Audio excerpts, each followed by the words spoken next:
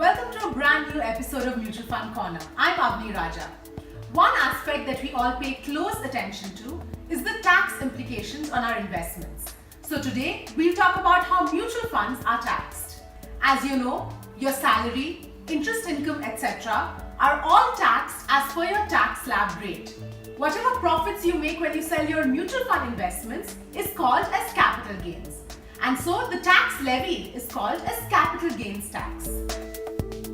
Now, there are two kinds of capital gains tax: long-term capital gains tax and short-term capital gains tax. Depending on how long you hold on to your mutual fund investment, one of the two will be applicable. Let's start by understanding the taxation for equity mutual funds. If you hold an equity fund for more than 12 months, it qualifies as a long-term holding. Anything less than 12 months is short-term. For equity funds, the long-term capital gains tax is zero. This means that if you hold onto your equity fund investment for more than 12 months, you don't pay any tax on the profits. However, for a short-term holding, the capital gains tax is 15%. This means that if you redeem your equity fund before 12 months are up, you pay a tax of 15% irrespective of the tax bracket that you fall into.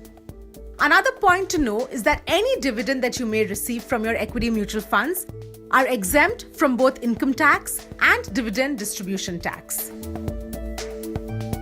As per the rules, to be classified as an equity-oriented fund, a fund should have a minimum of 65% invested into the domestic stock market. Aside from regular equity funds, even equity-oriented balanced funds, equity savings funds, as well as arbitrage funds are all classified as equity funds so that investors get the benefit of long-term capital gains.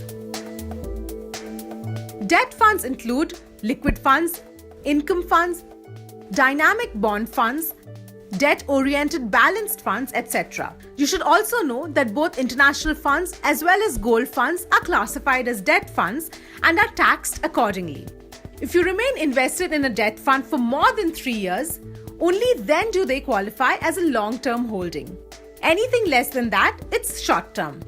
On the taxation front, short-term capital gains tax for debt funds is the same as the rate of income tax that you pay based on the tax bracket that you fall into. However, long-term capital gains for debt funds is 20% with indexation benefits. Indexation is the method by which your cost is adjusted for inflation. But we'll get into the details of how indexation works a little later in the series.